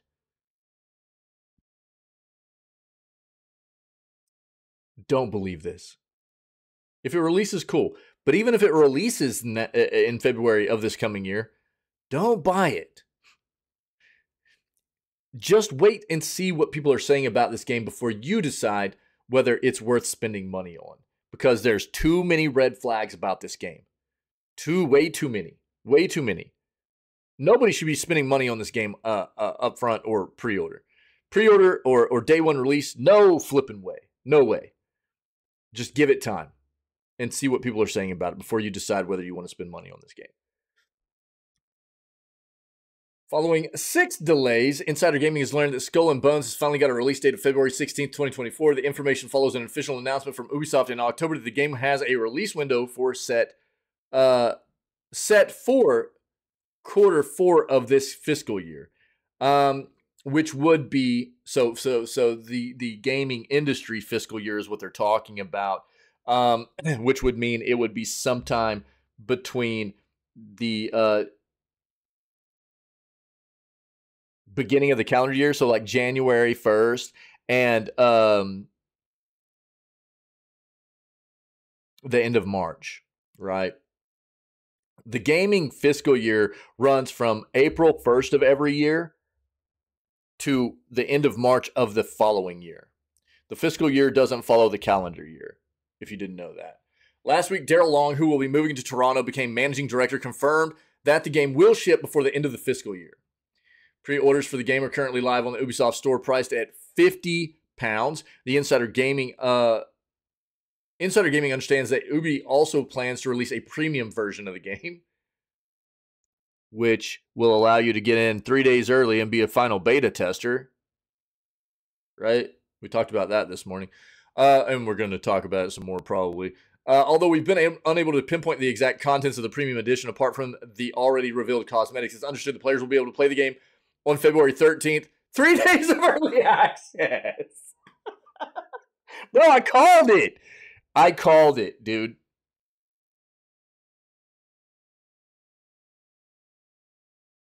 And the premium edition will set players back another 15 to 20 pounds or dollars, depending on where you're purchasing, your region.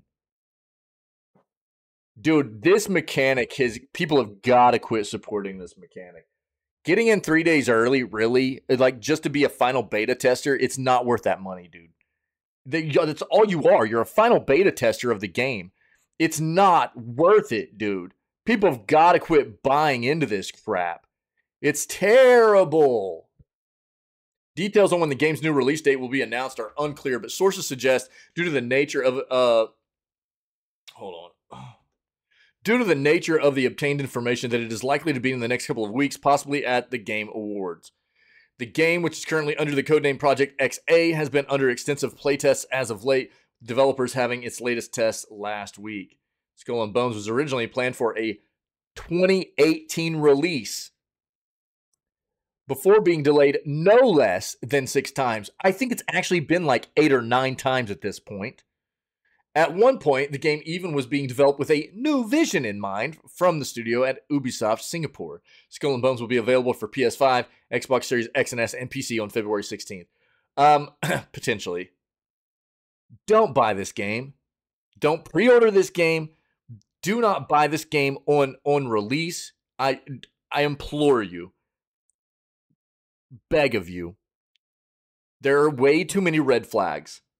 I'm just trying to save you some grief.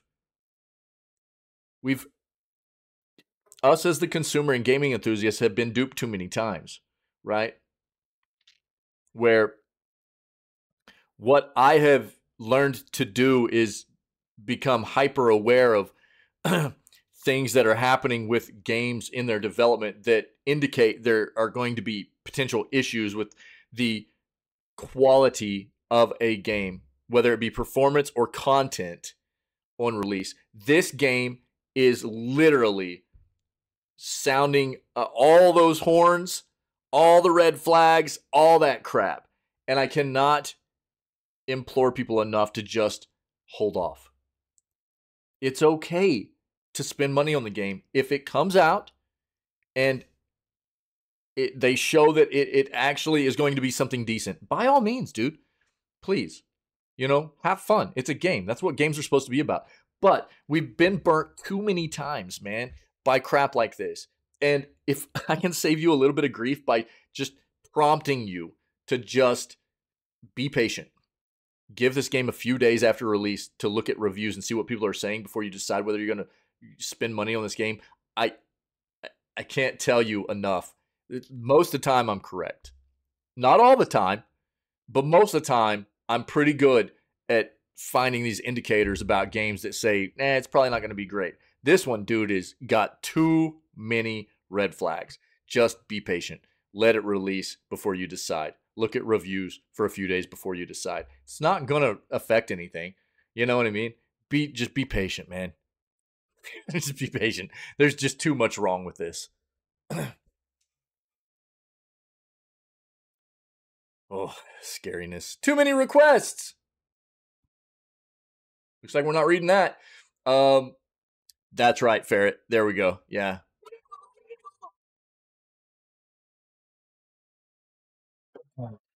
Best Buy's 12 Days of Gaming has a dozen daily deals for your holiday. Look, man, we are like kind of beyond the whole like Black Friday, Cyber Monday.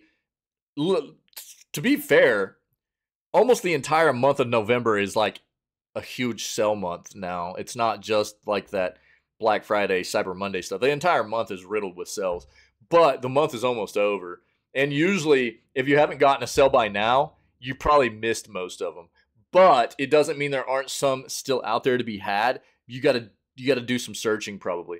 And we're still gonna be hitting some articles that go, you can still get this sale, but I don't know if they actually will still be available because it's the 30th now. This was updated as of yesterday, and I'll cover it, but it doesn't mean they'll still be there. You're going to have to go take a look and see, okay? It's like an advent calendar of amazing gaming price drops with a new one revealed every day for Best Buy's 12 days of gaming, okay? It looks like Best Buy is tapping into the holiday spirit with a new event that starts today, and that was 2 days ago, called 12 Days of Gaming. In the spirit of the classic advent calendar tradition, they're opening a metaphorical door to a huge price drop on gaming-related hardware or software for 24 hours. When the deal ends, a new one begins. Will be plugged in every day for the length of the event to clue you in on the offers. Just Dance 2024 is $25 at Best Buy. That's a $35 discount. And, dude, we just hit an article. I mean, look, I don't give kudos to Ubisoft very often. They started Black Friday deals in October. Yeah, probably so, dude. Yeah. I don't give Ubi a lot of props nowadays. They do a lot of things that are pretty concerning to me. And,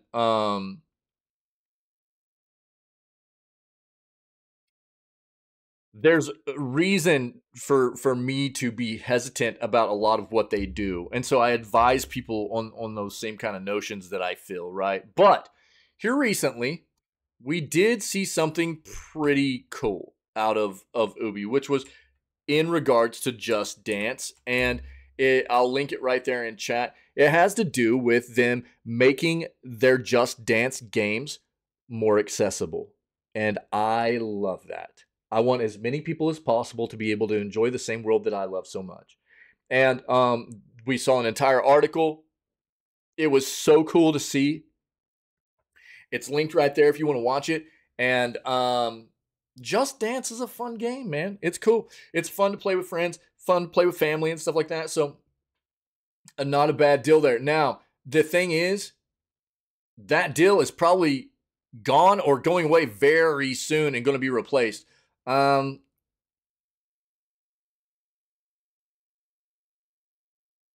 can get it for Xbox Series X or Switch for $25. That's a $35 discount right now. Oh, the deal expired at midnight Eastern Standard Time on the 28th. They're expecting deals to get better and better. Let me see. Do they have a link for the deals?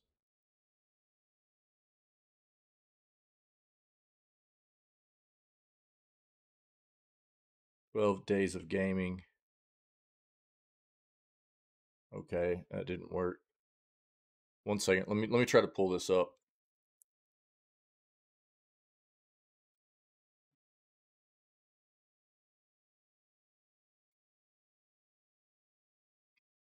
See what they've got going on now.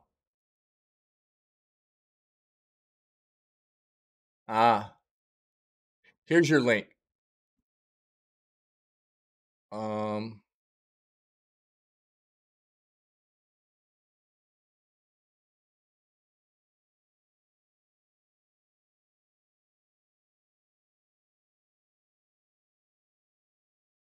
Here's your link if you want to take a look at it.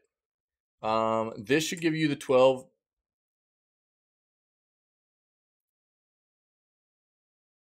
days of games.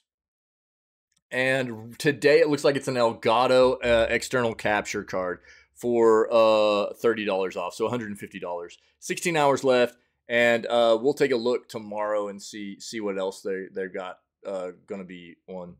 Okay, so I'll try to keep posting for people. But these deals are gone. Today's the Elgato deal, and I doubt they have this updated already. Yeah.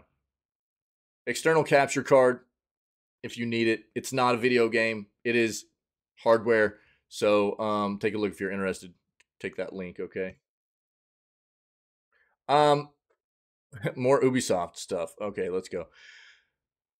Ubisoft accidentally the flipping dice roll, dude. I love it. RNG, man. Accidentally releases Beyond Good and Evil Remaster. Remembers it doesn't do that sort of thing. Attempts to scrub all traces from the internet, then gives up and announces it anyway. I have a capture card, but I have an internal capture card, and I have an Elgato. My thing for capture card is it's good for me whenever I want to like play a game on the Switch or something like that. You know what I mean? So an internal capture card for me is really nice because it allows me to basically just hook up the Switch and output everything. So it's very seamless for being able to just run it for you guys and for streaming it and everything. So I have an internal one, but external would work fine too. I just didn't want like the clutter of the capture card being out all over the place. So I just got an internal one, you know. But not if you're gonna use the PlayStation. Well, not the PS3. I still gotta figure that out, dude. Yeah, the PS3 is a bit of a debacle. I still gotta figure that one out. I think I've just got to do a little bit more research. Yeah, it's got a bit of an issue, and it's not the capture card; it's the PS3 itself. So understand that it's not the hardware for the capture card; it's the PS3, and they implemented like a kind of functionality in the display output that is supposed to prevent kind of pirating kind of stuff. Yeah.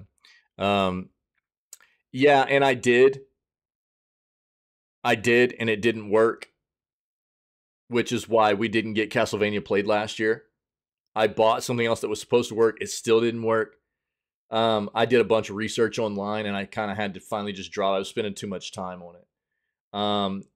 So I'll try to see if I can figure it out moving forward. But you know, it just is what it is. The Elgato stuff. I mean, dude, I use a Stream Deck. I've got an internal capture card. I like the Elgato stuff. I do. I'm an advocate of it. I like it. It's very functional. I like the Elgato stuff. Pretty seamless. But let's get back into this. Ubisoft accidentally releases Beyond Good and Evil Remaster, remembers it doesn't do that sort of thing, attempts to scrub all traces from the internet, then gives up and announces it anyways. Look, man, I kind of said this when we brought this article up in the first place. Ubisoft is a hot mess nowadays. They're constantly having accidents. They need to be wearing developer diapers because they're just crapping all over themselves all the time and then trying to like clean up the mess. You know, I don't know. It's. I mean, the latest thing we saw was the article here. I'll throw it in chat real quick with the Let me see here. Yeah, them blaming an error for the pop-up ad in Assassin's Creed Odyssey, right? We talked about this the other day. It's just like it's nonstop, man. You know. Someone hit a big red release button. How were they supposed to know what it did?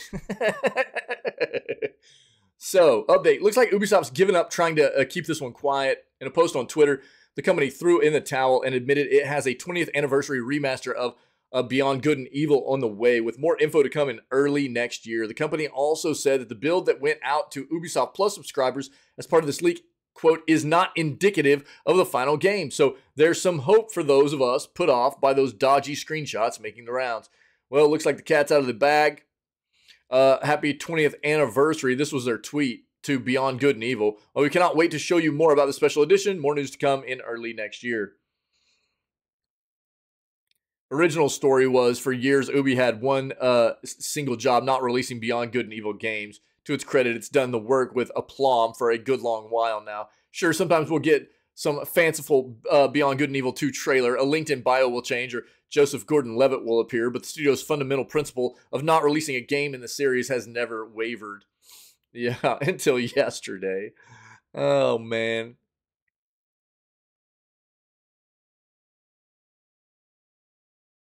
How do they always screw stuff up like this, dude? You know, it's crazy because, you know, you have giant companies that are really, really good about not releasing information for the most part. Like you take Nintendo. Nintendo is really, really solid about, you know, they're pretty methodical. They only you know, for the most part, deliberately release information.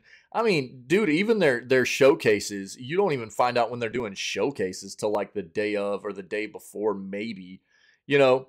But then you take somebody like Ubi, and they're just constantly screwing stuff up. You know, I can only assume this company is just a hot mess of like chaos, anarchy, dude. You know.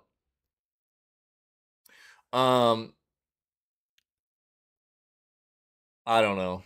So, I mean, that's the gist of it. They weren't supposed to release this yet. It was coming anyways, but somebody, you know, or some division in the company went ahead and released this out. And I don't know, man. It's crazy. Pretty crazy. If you need any links, I'll link this for you, though.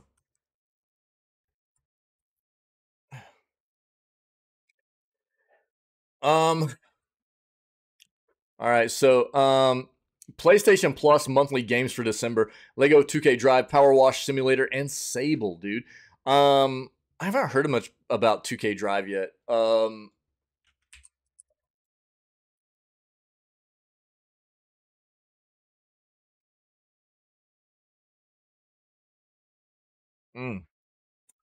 73 Metascore, 5.5 user score.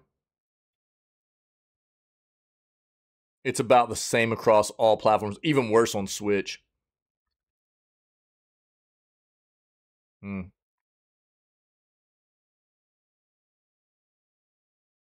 Interesting.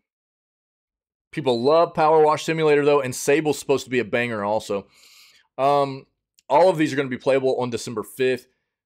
Look, PS Plus has been terrible over the past few months. Like, really, really, really bad. And subscribers have been pretty outraged by it. And rightfully so. A new month means a new PlayStation Plus monthly games lineup. December titles of Lego 2K Drive, Power Wash Simulator, Sable will be available to PS Plus members on Tuesday, December 5th until Monday, January 1st. They take a look at each game here. Last chance to download November's monthly games. PS Plus members have until December 4th to add Mafia 2 Definitive Edition. Like, this was their headliner, bro, for last month. This is a game that is old as crap. Not that it's not good, but this shouldn't be a headliner. It's a nice addition to like a headliner game, but kind of wild, man. Oh my god, look who it is. What's up, Vault? So I'll let you guys, I mean, most of us know these games. Sable, Power Wash Simulator, Lego 2K Drive. So if you want to take a look, I'll throw them in here. What up, broski? What's going on, man? What it do, bro? What it do?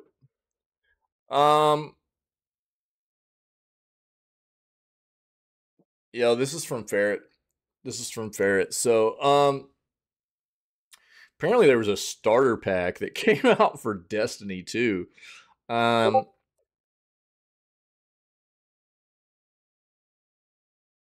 think somebody has something to check on Discord.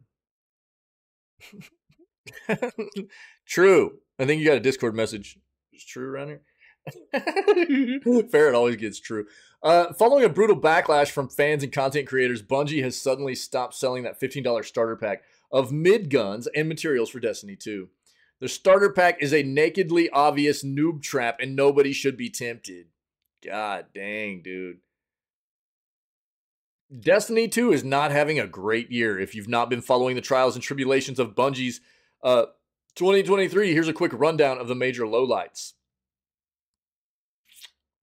Lightfall launched in February to middling reviews. Middling at best, really. It was pretty bad. The campaign and highlight of the previous year's Witch Queen expansion was a mess. Many of the planned sandbox changes fell flat.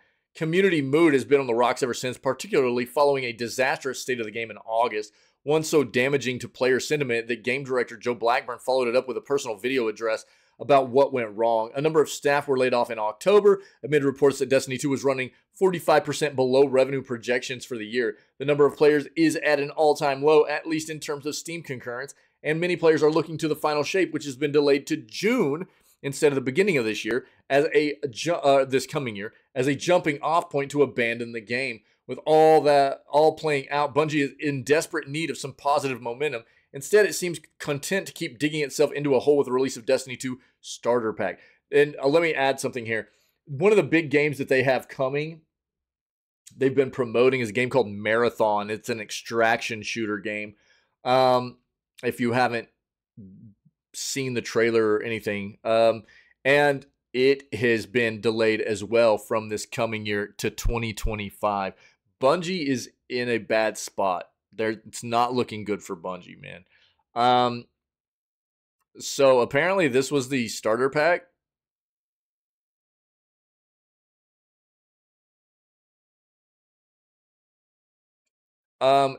Quote, includes a supercharged arsenal for Guardians to begin their adventure, exclaims this $15 hodgepodge bundle of in-game weapons and items. Experience the power of build-defining exotic weapons by instantly unlocking 3 of Destiny 2's finest.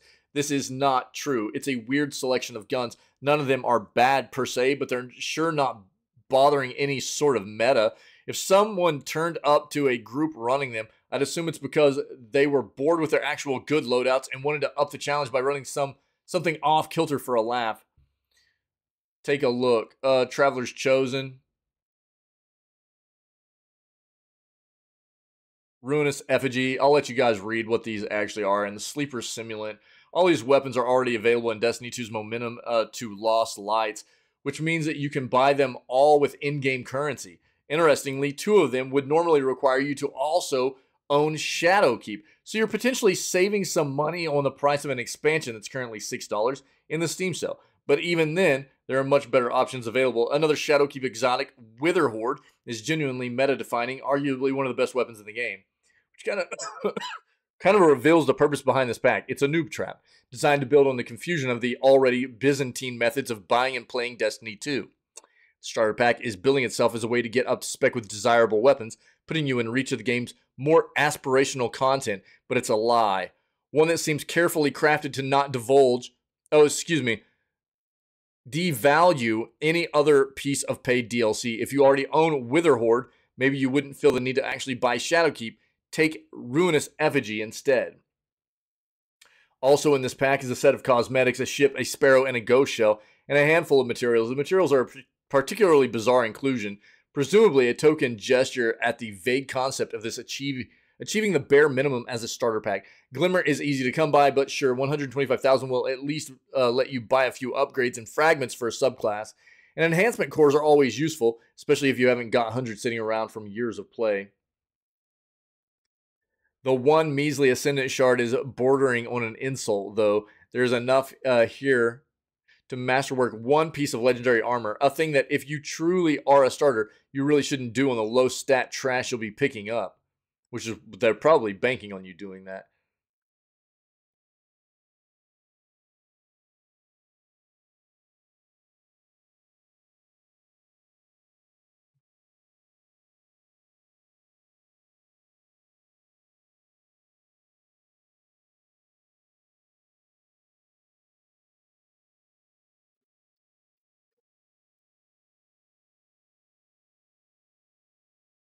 Oh my god.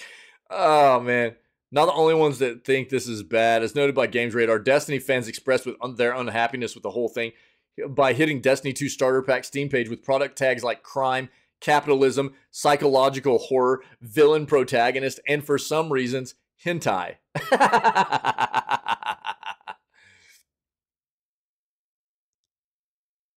Look at all this stuff, bro. Oh my god. Nice.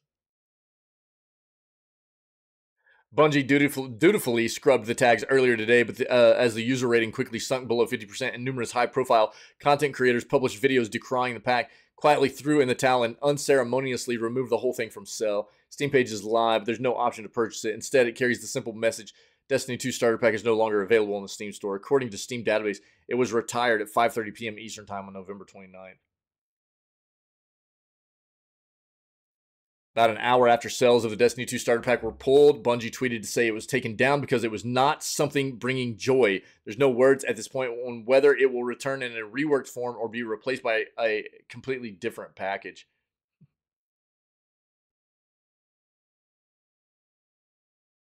We've heard your concerns and agreed that there are other parts of Destiny 2 that new players should want to dive into first before chasing these exotic weapons, cosmetics, and upgrade materials. But bro, this is a bad look. I feel like Bungie's dying, dude. The thing that sucks is there are probably still a lot of really good, core, solid developers there and pieces of the team that know this is bad. And they literally can't do anything about it. We talk about this a lot. It seems like the company has been infiltrated and taken over by scummy business people that don't know what it means to uphold value in gaming, be profitable in gaming by providing quality gaming content, you know? We see it happen all the time with big gaming corporations. It's happened for years on end, and we talk about it a lot, and it feels like Bungie, a company whom for years I felt like had done a great job at taking care of their software, their community, their employees, you know, for multitudes of reasons, is not in a good state. Yo, Emily, how you doing? What's up?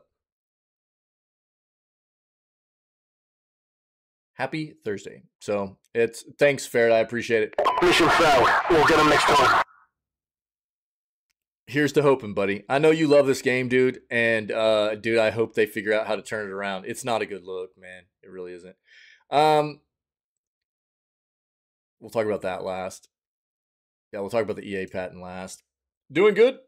Love to hear it, friendo. Love to hear it. This is kind of funny. This is not something you normally see on Steam. You'll see this on a lot of like mobile apps, like take Google Play or whatever. You know, you'll see developers address negative feedback, negative reviews, and throw a response in there or something. But you don't normally see this on Steam. This is kind of wild. And it was just something that Tim Wynn had found and thrown to me. So I was like, I wanted to bring this up, talk about it real quick. Bethesda is responding to negative Starfield reviews on Steam. Absolutely bizarre, if you ask me. This is just a tweet from somebody, though. And despite media attention, this hasn't stopped. The last response is from today, and this was on November 27th. But, I mean, if you look at these, it's like from Bethesda, thank you for taking time to provide your review, and we are sorry to hear that you were disappointed with encountering many loading screens while playing. While there may be loading screens in between fast traveling, just consider the amount of data for the expansive gameplay that is procedurally generated to load flawlessly in under 3 seconds. We believe that shortcoming will not hinder our players from getting lost in the world we created. And look at this flipping paragraph, dude. What, are you like trying to convince people that the game's good after they leave a review? What is this?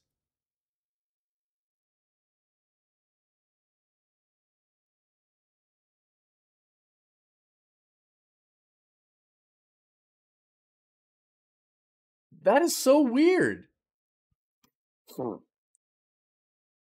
We are sorry that you do not like landing on different planets and are finding many of them empty. Some of Starfield's planets are meant to be empty by design, but that's not boring.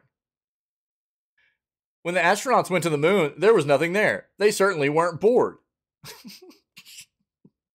The intention of Starfield's exploration is to invoke a feeling of smallness in players and make you feel overwhelmed. You can continue to explore and find worlds that do have resources you need or hidden outposts to look through.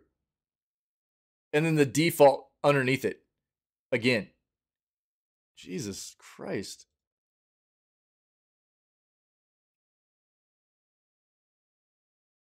You can fly, you can shoot, you can mine, you can loot. Starfield is an RPG with hundreds of hours of quests to complete, characters to meet. Most quests will also vary on your character's skills and decisions, massively changing the outcome of your playthrough. Try creating different characters with backgrounds and characteristics that clash or are a positive of your previous character. You will feel like you are playing a totally different game. Put points and different skills from a character you've previously created, and you are now faced with completely different decisions to make and difficulties to encounter. There's so many layers of Starfield. You will find things you've never knew were possible after playing for hundreds of hours. What is this? Here's the difference. What's weird, what makes this really weird is that most of the time whenever you see reviews on something like Google Play or whatever, or something like that, another review site, and a developer tries to address a like a negative type review or something, you know, they'll say, thank you for the feedback. You know, it'll be something short and concise, more along the lines of, we appreciate you trying out our title. We appreciate the feedback. We'll try to take that into consideration for some of the things that we're doing moving forward. Or, you know, if it is something that they, maybe the game player might have missed or something, you know, exactly. You know what I mean? It's something like that. As opposed to what Bethesda is apparently doing here, which is having people reply and try to convince these reviewers that the game's already great. This is weird, man. You know what I mean? This is kind of weird. So I would agree that this is an odd flipping deal here, man. Odd thing to read, and it's a weird look from Bethesda. Specifically, this is coming from Bethesda customer support, the same team to ask banned Fallout 76 players to write an essay to get unbanned. Until media picked it up and they stopped. I remember that. The first Bethesda hasn't made a game as good as Skyrim. Changed my mind. I mean, you know, I don't know. I'm not going to get into that. Look, man, to each their own. There are a lot of people that love the Bethesda recipe, dude, and that's fine. I'm cool with that. You know, I personally don't really care to play, you know, like space Fallout. It's just, I mean, I think that's for the most part what this is going to be. And it just doesn't appeal to me much, you know? I know I've talked to a lot of people that are like, it's not that great. I've talked to a lot of people that are like, oh yeah, it's really cool. I like it a lot. It just doesn't appeal to me much. I'm not going to like provide any kind of sentiment on whether I think the game's going to be really, you know, the game's great or not great or whatever, because I haven't played it, you know? Yeah. And I think that's the thing that's funny is there are a lot of people, I've had a couple of, you know, videos that we've talked about this in the news where I've posted them on YouTube, and people go at it about this game. There's not a lot of middle ground, it doesn't feel like. There's not a lot of people that are like, yeah, it was okay. People either love it or people hate it. And dude, they'll go at each other about it too. It's really funny. I think that it's, you know, I think it's the Bethesda recipe is what it is. I think there's, you know, it's a more modern take on the Bethesda recipe, but it's the Bethesda recipe, you know. It's what I think it is.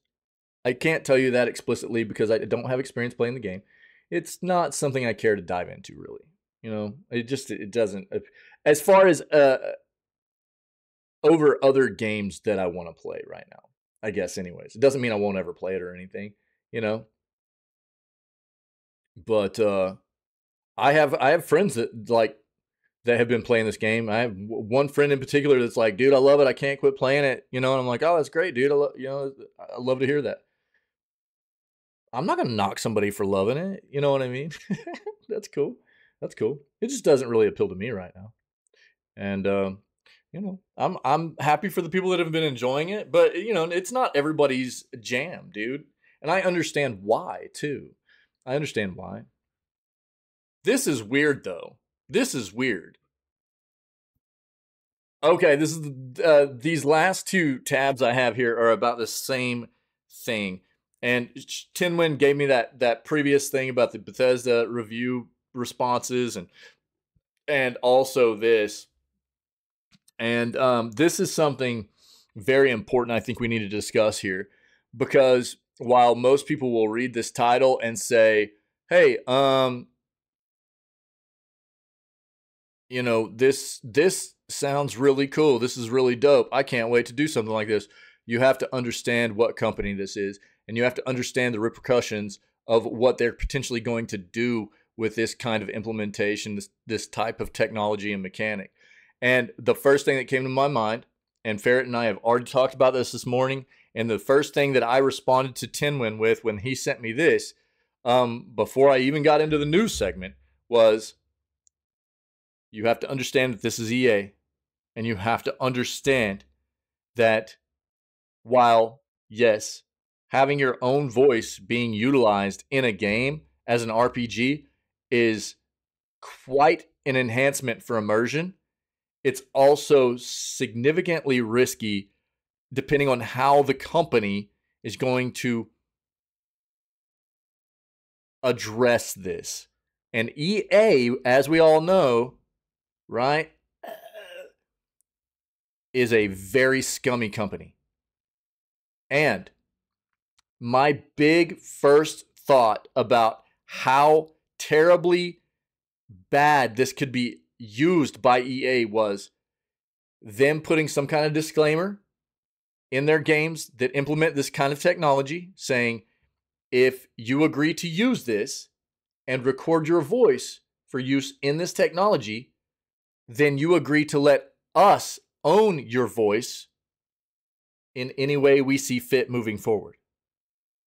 Which means they can use your voice in any of their products moving forward, which also allows them to circumvent using voice actors. And you're also not going to get compensated, right? There's a lot of really bad areas and avenues in which this, and we all know how this works, right? They'll go, disclaimer, you're about to use this technology, and it'll be a big, long, flippin' readme where you have to agree to the terms and conditions, and it'll be all stated in a lot of terms that most people aren't going to understand because it's written by flipping a bunch of lawyers and stuff, and most people aren't going to read it. And they'll just go, yeah, I agree because I want to use this. And then it's over, right? I'm not saying this is definitively how this is going to be used, but there is absolutely the premise for being concerned about how it could be used in this fashion, right? I think that people have to understand that what's the long game, what's the end game here of why EA would want to be doing it. Look, let's not fool ourselves here. EA is not a company that's really concerned about bringing their community of gamers a lot of, you know, increased functionality for just giving us cool things to use for no reason, right? So EA always has something that they're going to be getting out of what they're giving us. That is who they are. They're one of the scummiest corporations in the gaming industry. They're terrible. I can't flippin' stand them. And it's because of this kind of crap that they've done for so long. But you've got to be hyper aware of, you see something like this coming into the fold for us technology-wise, and it coming especially from a company like this, you have to be aware of what might be their kind of end game. What are they trying to get out of it? And the first thing that came to mind was what I was just talking about. They want our voices. And they want our voices so that they don't have to pay other people for their voices. Probably. I'm not saying it's definitively and explicitly what they're doing here, but it is quite possible and quite probable.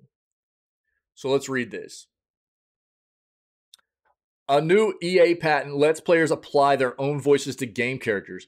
Players can provide sample speech, which is used to create character voices. EA has patented the ability to generate in-game voice acting using a player's own voice, as spotted by Very Ally. I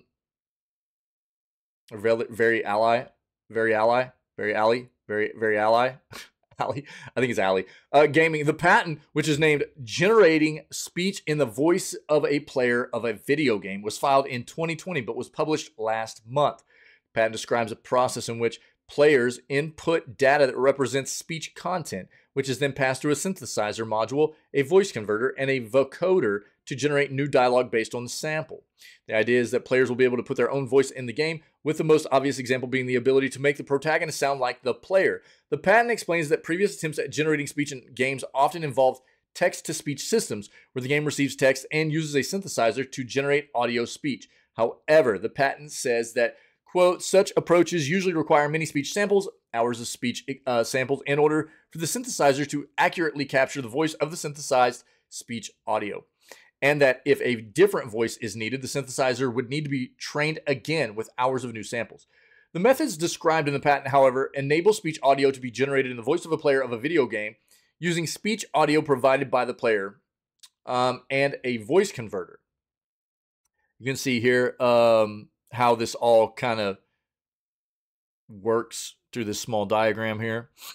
The process sounds similar to the numerous examples of AI voice generator software currently found online.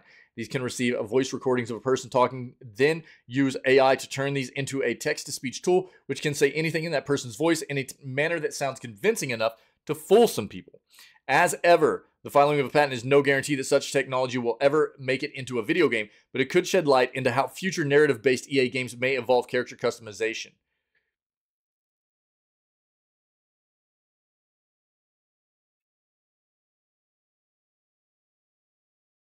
Yeah, I mean, again, I think that there's obviously, this is a very interesting patent, right? Very interesting patent. And the amount of possibilities that it could give players for immersion or just things to toy around with for the voice acting in the games and stuff is very intriguing. But there's a scary side to this too.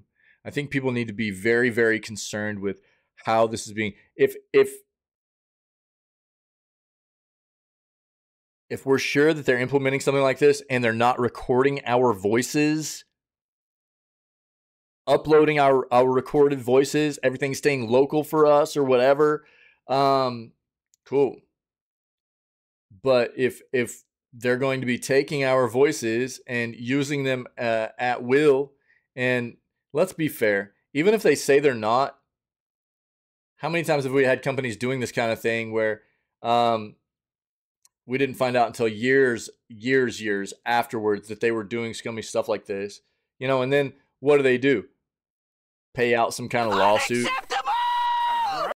Pay out some kind of lawsuit that's like negligible, you know, really in the grand scheme of things compared to what they've been able to make off of what they got over those years from what they took, right? So it's a very scary kind of thing. I think that people, it's intriguing, it's neat, it could be very cool, but it's a very complicated issue here that I think has ethical concerns and impacts potentially on the industry as a whole that can't be overlooked. We've got to be very hyper aware of what's going on here. And this is basically just a tweet about it. Right, and here we go. Like, I hadn't even looked at this yet, but EA new patent would allow players to voice characters in games themselves. You would input speech, and then the tech would replicate your voice for in-game characters. Would you use this? Yo, what's up, Charger? How you doing? And then some of the expressing some of the replies expressing the same concerns of mine.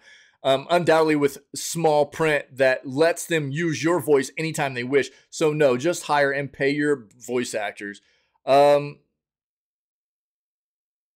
Yeah, just kind of funny how obviously they keep trying to happen to come up with cool ideas that coincidentally replace workers. They should focus on what gamers actually ask for instead of trying to save a few $100 on the people who make the crap that makes them rich. Yeah. Yeah, exactly. How in the world is that a good thing? Just hire voice actors. Additionally, it's going to store the data somewhere. Yeah, that's what I was saying before. If you could confirm that the only place it was going to store that data was locally, then maybe. But dude, you can't really verify that, you know? And everybody's connected to the internet all the time. They're going to take that data. They're going to, man. I have like no doubt about it.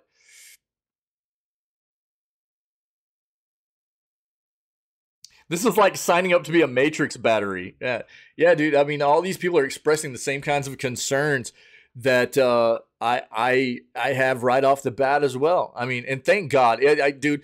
I can't tell you how, you know, refreshing and nice it is to see other people have have it be so obvious, right? To see something like this, and especially coming from EA, and go, we know what you're doing, dude. You scumbags. You know what I mean? Like, we know exactly what you're doing with this, you know?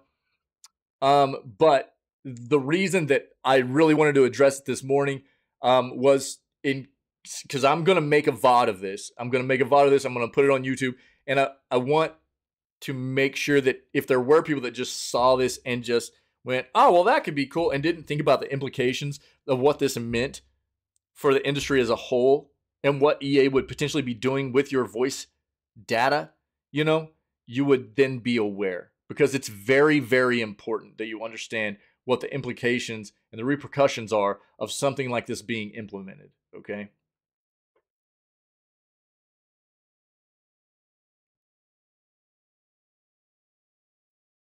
And that's the news. That's the news, my dudes and dudesettes. Let's get some music popping. Let's go. It's been a banger so far, and it's going to get even better because we're about to play some Baldur's Gate 3 with our buddy Pinky. Oh, going for that Underworld cosplay, huh? Cool, man. Glad you're doing well, Charger. Nice. It's good to see you. Happy Thursday, everybody.